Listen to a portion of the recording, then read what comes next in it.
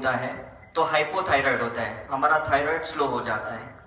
ये चक्र फास्ट घूमता है तो थायराइड बढ़ जाता है, तो उस हिसाब से एक आभा मंडल तैयार होती है। ये चक्र अगर स्लो घूमता है तो हम डिप्रेशन में जाते हैं, ये चक्र फास्ट घूमता है हम हाइपर हो जाते हैं, बहुत गुस्से वाले हो जाते हैं। तो हम करते क्या है ध्यान साधना में, अपने चक्रों का संतुलन करते हैं, बैलेंस करते हैं।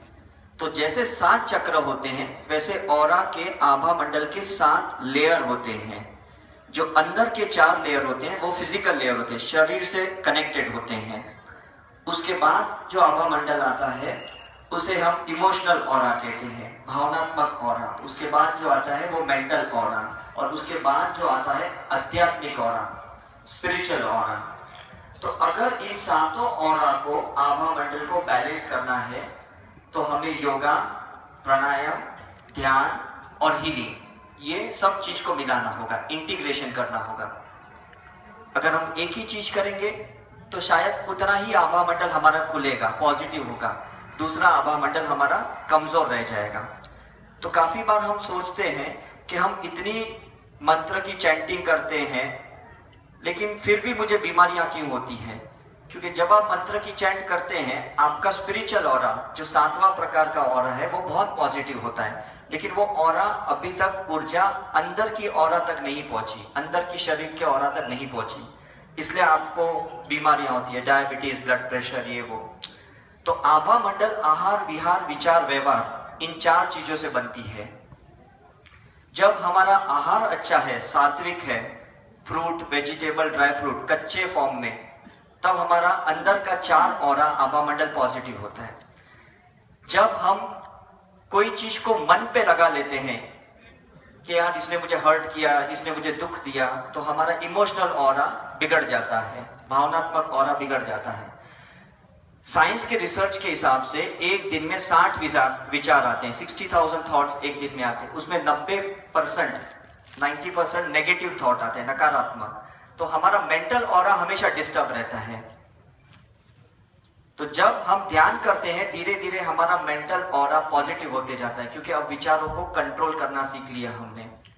लेकिन ये सारा खेल तब होता है जब आपका 7वां ऑरा, जैसे स्पिरिचुअल ऑरा, आध्यात्मिक ऑरा पावरफुल होना चाहिए, और उसकी साधना इतनी बढ़नी चाहिए कि अंदर तक उसकी ऊर्जा का प्रभाव पड़ना चाहिए, तब जाके।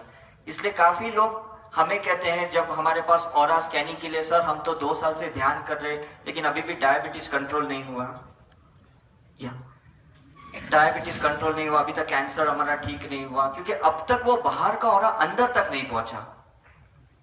अब डिफरेंस समझ में है कि नहीं?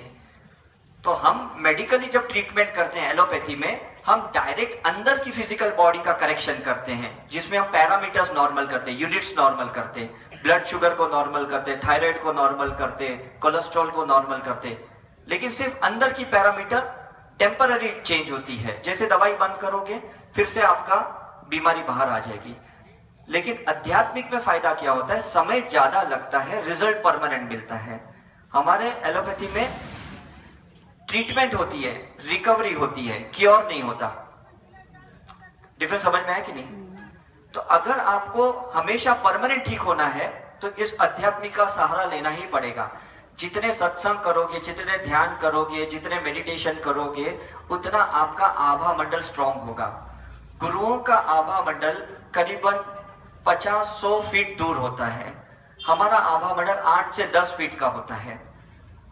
एक आम भाषा में कहें तो जब भगवान की मूर्ति का प्राण प्रतिष्ठा करते हैं हम, तो क्या होता है, जैसे अभी ये श्री यंत्र का गुरुदेव ने एक आभा मंडल ऊर्जा निर्माण की प्राण प्रतिष्ठा करके, अब ये जब आप घर पे ले जाते हो या अपने दुकान के यहाँ ले जाते हो तो एक आभा मंडल तैयार होता है, जिससे व्यवसाय, व्यवहार सब पॉजिटिव हो जाता है ना? तो ये कोई फिलोसॉफिक नहीं है, ये साइंस है। जिस चीज की आप प्रतिष्ठा करते हो ध्यान से, साधना से, उसकी एक ऊर्जा निर्माण होती है, एक बीज अंदर जाता है, फिर उस गुरु की जो कृपा होती है वो शक्तियां उसमें केंद्रित हो जाती है, एक एनर्जी सेंटर तैयार हो जाता है उसमें, और उसमें आभा मंडल। जैसे हम मंदिर में जाते तो प्रदक्षिणा देते, आपने देखा है? प्रदक्षिणा देते, फिर शादियों में भी फेरे देते हम, क्यों लेते? जो पति पत्नी रहते वो अग्नि के बीच में फेरे लेते हैं और अपना आभा मंडल साफ करते हैं कि पिछले कोई भी जन्मों का कोई भी अगर विकार होगा, कोई क्रोध होगा, कोई नफरत होगा, कोई रिवेंज होगा, ये सब ठीक हो जाता है। राइट? शमशान में भी जब जेंट्स जाते हैं, आने के बाद उनको नहाना पड़ता है आभा मंडल साफ करने के लिए, वो तुरंत खा नहीं सकते। घर के लोग जो सदस्य है जिनके घर में मृत्यु हुई है वो कुछ दिन तक मंदिर में नहीं जा सकते। क्यों? क्योंकि उस वक्त उस मृत्यु के गए हुए इंसान की आभा मंडल में वो मिक्स हो जाते हैं। महिला की जब मासिक होती है, पीरियड्स जब होते हैं, तब उन्हें मंदिरों में आने नहीं देते या गर्भा अवस्था में नहीं जाने देते, क्योंकि उस वक्त उसका आभा मंडल डिस्टर्ब होता है, डिटॉक्सिफिकेशन होता है। तो आप भगवान की मूर्ति को हाथ नहीं लगा सकते। साइंस है ये पहले मुझे भी नहीं पता था, मैं ये सब चीजों को मानता नहीं था बिकॉज डॉक्टर था। लेकिन कुछ ऐसा हुआ 17 साल पहले, मैंने लंदन गया और लंदन में मैंने कुछ वहां पे इक्विपमेंट्स देखे, एनर्जी डिटेक्टर जिसको हम ऑरा स्कैनर कहते हैं या, तो वो ऑरा स्कैन से मुझे पता चला कि इस तरह से हम अलग अलग इंस्ट्रूमेंट साधन के जरिए अपना ऑरा स्कैन कर सकते हैं। जैसा सीटी स्कैन, एमआरआई, सोनोग्राफी होती है, वैसे ये अलग अलग मशीनरी है वहां पे। लंदन में, ब्राजील में मैं गया था, अमेरिका में मैंने गया था, तो बाद में पता चला कि ऐसे इंस्ट्रूमेंट के जरिए हम इंसान का बीमारी होने से पहले आभा मंडल चेक करके उसको मार्गदर्शन दे सकते हैं। हम कहते हैं prevention is better than cure. तो बीमारी पहले गैस में होती है, आभा मंडल में आती है, फिर ब्लड में आती है, फिर फिजिकल बॉडी में आती है। प्रॉब्लम हमारे मेडिकल साइंस में क्या है कि जब गैस में बीमारी होती है, एनर्जी में होती है, तब हम एलोपैथी में पकड़ नहीं सकते। जैसे किसी को डायबिटीज है, कैंसर है, अर्थराइटिस है, अस्थमा है, वो सीटी स्कैन, सोनोग्राफी में नहीं आता। लेकिन आभा मंडल में अगर देखेंगे तो तुरंत पता चल जाएगा। कोई तंबाकू सिगरेट का व्यसन होता है तो आभा मंडल में तुरंत पता चलता है। एक्सरे में तो तब चलेगा जब उसको बीमारी पकड़ी है, तब तक पता ही नहीं चलता। तो जब हम किसका ऑरा करते हैं तो हम उसको पूछते हैं आप तंबाकू खाते हो, तो बोलते आपको कैसे पता चला, हमने तो बताया भी नहीं, हमारा एक्सरे तो नॉर्मल है। हमने कहा एक्सरे नॉर्मल है क्योंकि अभी तक वो तंबाकू का जो व्यसन है वो एक्सरे में नहीं आया, लेकिन आभा मंडल में पता चलता है कि यहाँ पे आपकी एनर्जी बिगड़ी हुई है। मोबाइल का इस्तेमाल करते हैं, हमारा आभा मंडल बिगड़ता है, ऑरा बिगड़ता है। समझ में कि नहीं? तो महिलाओं का आभा मंडल अलग होता है, उनका इमोशनल ऑरा स्ट्रांग होता है। पुरुषों का ऑरा मेंटल ऑरा स्ट्रांग होता है, जिसे हम शिव शक्ति कहते हैं। तो एक पति पत्नी जब दोनों बहुत अच्छे व्यवहार संबंधित रहते हैं, तब उनकी एक शिव शक्ति दोनों की बैलेंस होती है। दोनों की यंग यीन energy, sodium potassium energy balanced होती है, मेंटल इमोशनल बैलेंस होती है। अब जब ये दोनों बैलेंस्ड है तो स्पिरिचुअल ऑरा और भी ज्यादा एक्सपांड होता है। तो हमारा कर्तव्य क्या होता है इस जीवन में कि हम अगर पुरुष हैं तो हमारी फेमिनाइन एनर्जी को कंप्लीट करना, और महिला है तो उसको पुरुष की एनर्जी को कंप्लीट करना। ये हमारा एक एंड रिजल्ट होना चाहिए। राइट? दोनों एनर्जी जब बैलेंस है तो शरीर स्वस्थ चलता है, बैलेंस चलता है। आपका जो राइट साइड का ब्रेन है ये इमोशनल ब्रेन है। महिलाओं का इमोशनल ब्रेन ज्यादा एक्टिव होता है, भावनात्मक होती है, उनके अंदर शक्तियां ज्यादा होती है। मेल का लेफ्ट साइड का ब्रेन स्ट्रांग होता है, लॉजिकल ब्रेन ज्यादा होता है, उसमें ब्लू कलर ज्यादा आता है। महिलाओं में पिंक कलर ज्यादा होता है ऑरा में। लेकिन बैलेंस ऑरा ग्रीन बोला जाता है। जब आपका आभा मंडल ग्रीन है इसका मतलब आप स्वस्थ हो। अगर आभा मंडल में कहीं लाल आया तो बीमारी अब आने वाली है, ब्राउन आया तो बीमारी आ गई है, ब्लैक और ग्रे आया मतलब बीमारी बहुत अंदर तक उतर गई है। समझ में है कि नहीं? तो हम जब मेडिटेशन, हीलिंग, सत्संग करते हैं, ध्यान करते हैं, धीरे धीरे हम ग्रीन की तरफ बढ़ते हैं। आपको सफेद दिखेगा, गोल्डन येलो दिखेगा, पर्पल दिखेगा, ये हाई एनर्जी है। लेकिन वो एनर्जी जैसे जैसे अंदर जाएगी हमारे शरीर को स्वस्थ करती है, जिसे हम मेडिकली कहते हैं रीजनरेटिव चेंजेस। तो हमारे सेल्स फिर से नव निर्माण होते हैं। हमारे सेल्स के अंदर ऊर्जा होती है, माइटोकॉन्ड्रिया होता है, जिसमें एनर्जी का स्टोरेज होता है। जब एनर्जी सही ढंग से स्टोर्ड होती है तो हमारी रोग प्रतिकार शक्ति, जिसे लिम्फेटिक मेम्ब्रेन, लिम्फेटिक ग्लैंड्स कहते हैं, तब वो अच्छी होती है। तो मेडिकल साइंस में जो हम लिम्फेटिक कहते हैं, रेजिस्टेंस पावर कहते हैं, रोग प्रतिकार शक्ति कहते हैं, स्पिरिचुअलिटी में उससे आभा मंडल कहते हैं, ऑरा कहते हैं। दोनों सेम है, दोनों में कोई फर्क नहीं है। समझ में? शब्द का अलग अलग उच्चारण किया गया है। तो आध्यात्मिक में हम कहते हैं भाई तुम्हारा आभा मंडल सुधारो, तुम्हारी ऊर्जा सुधारो, और मेडिकली हम कहते हैं तुम्हारी रोग प्रतिकार शक्ति सुधारो, तुम्हारा रेजिस्टेंस पावर बढ़ाओ। तो दोनों सेम है, समझे? तो ये बहुत सिंपल साइंस है। जब तक टेक्नोलॉजी नहीं थी हम शायद उस पर विश्वास नहीं कर रहे थे, लेकिन आजकल टेक्नोलॉजी है ताकि ये जो यंग जनरेशन है जो किसी को ब्लाइंडली फॉलो नहीं करना चाहते, इन्हें प्रूफ चाहिए कि अगर कुरकुरे खाते हैं तो उसका ऑरा कैसा है, मैगी खाते हैं तो उसका ऑरा कैसा है, थम्स अप पेप्सी पीते हैं तो उसका आभा मंडल कैसा है, और अगर हम पानी पीते हैं तो उसका आभा मंडल कैसा है। हम यहाँ ऋषिकेश में जब आए थे और हमने यहाँ का आभा मंडल का स्टडी किया तो हमें पता चला यहाँ संतों गुरुओं ने जो ध्यान साधना समाधि की है उसके वजह से आभा मंडल यहाँ पे 1000 गुना ज्यादा है। आप दिल्ली के कंपेयर में, बॉम्बे के कंपेयर में देखो 1000 गुना ज्यादा है। यहाँ जो गंगा माँ है, इस गंगा माँ वाटर एलिमेंट है, ये वाटर एलिमेंट स्काई एलिमेंट से मिल गई है, ईथर एलिमेंट से मिल गई है, इसलिए यहाँ पे शुद्धिकरण जल्दी हो जाती है। समझ में? तो जब आप यहाँ ध्यान करते हो तो 100 गुना ज्यादा फायदा होगा जो आपको घर में होगा, या गुरु की सानिध्य में जब ध्यान करोगे तो ज्यादा फायदा होगा, क्योंकि इनका आभा मंडल हमसे 100 गुना बड़ा होता है। अब फर्क समझे? हम क्यों गुरुओं के साथ रहने की कोशिश करते हैं, या गुरु की प्रतिभा क्यों रखते हैं, उनकी फोटो फ्रेम क्यों रखते हैं? क्योंकि उसमें ऊर्जा होती है, लाइव एनर्जी होती है। ये फर्क होता है, ये कोई साइकोलॉजी नहीं है। लोग बोलेंगे क्या इनका फोटो रख के आपको क्या फायदा होने वाला है, लेकिन उनकी हर चीज में, चाहे उनका पेंडेंट हो, उनकी अंगूठी हो, उनकी माला हो, या जो भी आपको दी गई है, चाहे ये फूल माला भी आपको दी गई है, उसमें भी आभा मंडल होता है, एनर्जी होती है। उनके पादुका में एनर्जी होती है, क्योंकि उनकी चेतना, कॉन्शियसनेस इतनी एक्सपांडेड होती है कि उनकी हर मटेरियल चीज में, चाहे वो चप्पल है या चश्मा है या कपड़े, हर चीज में उसका आभा मंडल होता है। हमें सिर्फ देखना यह है कि हम अपनी गुरु की एनर्जी ज्यादा खींच ना ले, क्योंकि हमें खींचने की आदत है, हमें निर्माण करने की आदत नहीं है। हमें किसी को ड्रेन नहीं करना है, राइट? आपकी साधना बढ़ेगी तो उन्हें भी फायदा होगा, लेकिन आप साधना नहीं करोगे और सिर्फ खींचते ही रहोगे, वो नहीं चलेगा। समझ में? सिंपल साइंस है ये, राइट? तो हम थोड़ा 1-2 फोटो और देखेंगे। ये फूड का फोटो है, खाने का फोटो है। खाना अगर सात्विक होता है, प्योर होता है, उसमें आभा मंडल होता है।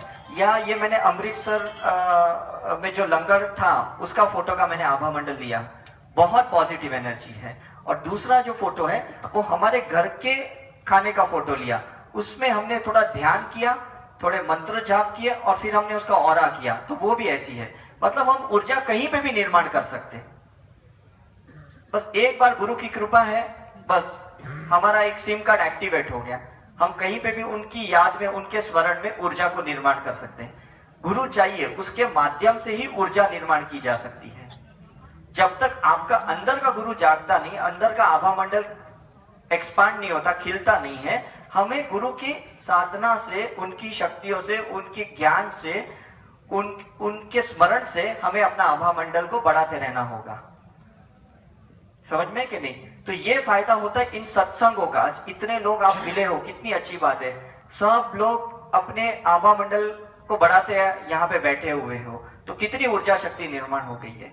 बस ध्यान इतना रखो, ऐसे वक्त में खाने भोजन का थोड़ा ध्यान रखना, ज्यादा तेल वाला तीखा ये मत खाना, क्योंकि फिर आपका आभा मंडल डाउन होगा। यहाँ पे व्यर्थ की चर्चा ही नहीं करना, नहीं तो फिर आपका, क्योंकि हमारे थॉट है वो इलेक्ट्रिकल एनर्जी रखते हैं और हमारी जो भावना है वो मैग्नेटिक एनर्जी रखते हैं। तो जब दोनों मिलते हैं, इसे कहते हैं इलेक्ट्रोमैग्नेटिक वेव, जिसे ऑरा कहते हैं, आभा मंडल कहते हैं।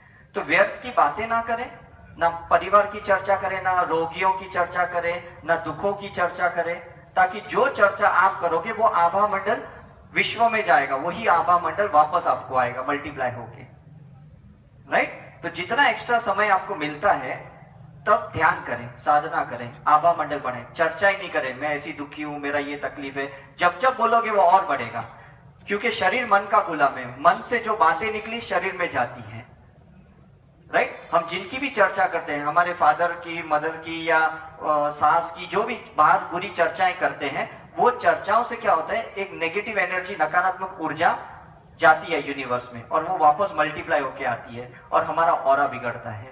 एक इंसान का अगर हम ऑरा देखें, ये ऐसा होता है कि यहाँ पास्ट का, राइट साइड में पास्ट का आभा मंडल होता है, सेंटर पे प्रेजेंट का आभा मंडल होता है और लेफ्ट में फ्यूचर का। एक हम साधारण इंसान का फोटो देखेंगे, ये ऐसा इंसान होता है जिसका टेक्नोलॉजिकली ऐसा ऑरा फोटोग्राफी इमेज आ जाती है।